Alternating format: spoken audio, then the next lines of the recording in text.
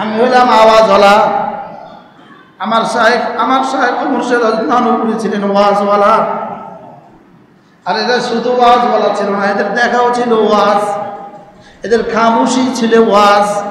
চুপ থাকতো এটাও হয়ে যেত ওয়াজ, চুপ থাকতো এটাও হয়ে যেত কি, এটাও হয়ে যেত ওয়াজ। এই জন্য জিকিরওয়ালা বলেন, পানওয়ালা তো বললেন, জিকিরওয়ালা কবে বলবেন? পানওয়ালা বললেন, জিকিরওয়ালা কবে বললেন?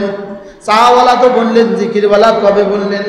ব্যবসাওয়ালা তো বললেন, জিকিরওয়ালা কবে বললেন? আরে কথা কয় না রে। চাকরিওয়ালা তো বললেন, জিকিরওয়ালা কবে বললেন?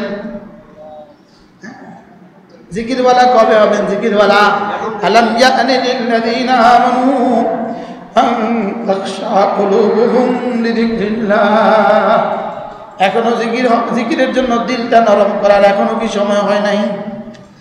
আর কবে বলবা? আর কবে হবা? আলাম ইয়ানি, আর কবে হবা? আর কবে হবা?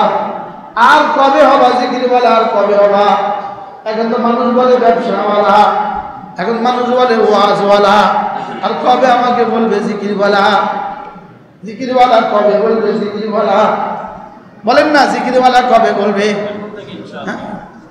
জিকিরওয়ালা না পানওয়ালা? চাওয়ালা না পানওয়ালা? বক্তারা যে পরিমাণ চায়ের পিছনে সময় নষ্ট করে, এই পরিমাণ চায়ের পিছনে সময় নষ্ট না করে যদি জিকির করতো। আমিও ছোটখাটো একটা বক্তা,